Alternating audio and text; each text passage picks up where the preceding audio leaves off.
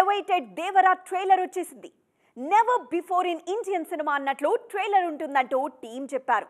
మరి నిజంగానే వాళ్ళు చెప్పిన స్థాయిలో ఉందా? కొరటాలను ఆచార్య చేతు జ్ఞాపకాల నుంచి దేవరా బయటపడేస్తాడా? అసలు దేవరా ట్రైలర్లో ఈ విషయాలు ఎంతమంది గమనించారు? దేవరా ట్రైలర్ పై డీటెయిల్ రివ్యూ. ఎన్టీఆర్లో ఈ రేంజ్ మాస్ను రాజమౌళి చూపించేశాక ఆ తర్వాత దర్శకులకు ఏం మిగులుతుంది చూపించడానికి? అయినా కొరటాల సాహసం చేస్తున్నారు. దేవరా ట్రైలర్ చూశాక ఈయన మేకింగ్ స్టైల్ మారిపోయిందని అర్థమవుతుంది.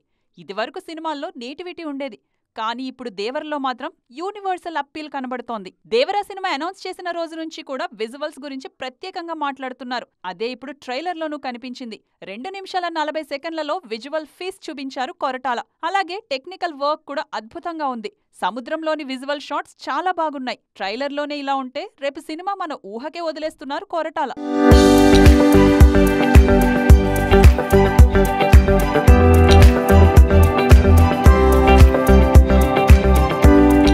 దేవరా ట్రైలర్లో చెప్పుకోవాల్సిన మరో ముఖ్యమైన అంశం ఆర్ట్ వర్క్. ఈ సినిమా కోసం సముద్రాన్నే రీక్రియేట్ చేస్తున్నారు.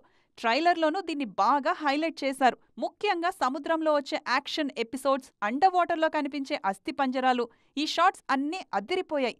ఇవన్నీ ఒక ఎత్తు అయితే అనిరుద్ ఆర్ఆర్ మరో ఎత్తు. టెక్నికల్ వర్క్ తర్వాత దేవరా ట్రైలర్లో హైలైట్ జూనియర్ ఎన్టీఆర్. మలయాళం మినహా అన్ని భాషల్లోనూ ఆయనే డబ్బింగ్ చెప్పుకున్నారు. అనుకోని పరిస్థితుల్లో దేవరా మిస్ అవడం, అప్పటి వరకు పిరికివాడిగా ఉన్న దేవర కొడుకు తన వాళ్ల కోసం నిలబడటం ట్రైలర్లో చూపించారు. సెప్టెంబర్ 27న విడుదల కానుంది దేవరా పార్ట్ 1. మరి చూడాలిక తారక్ మాస్ జాతర ఎలా ఉండబోతుందో.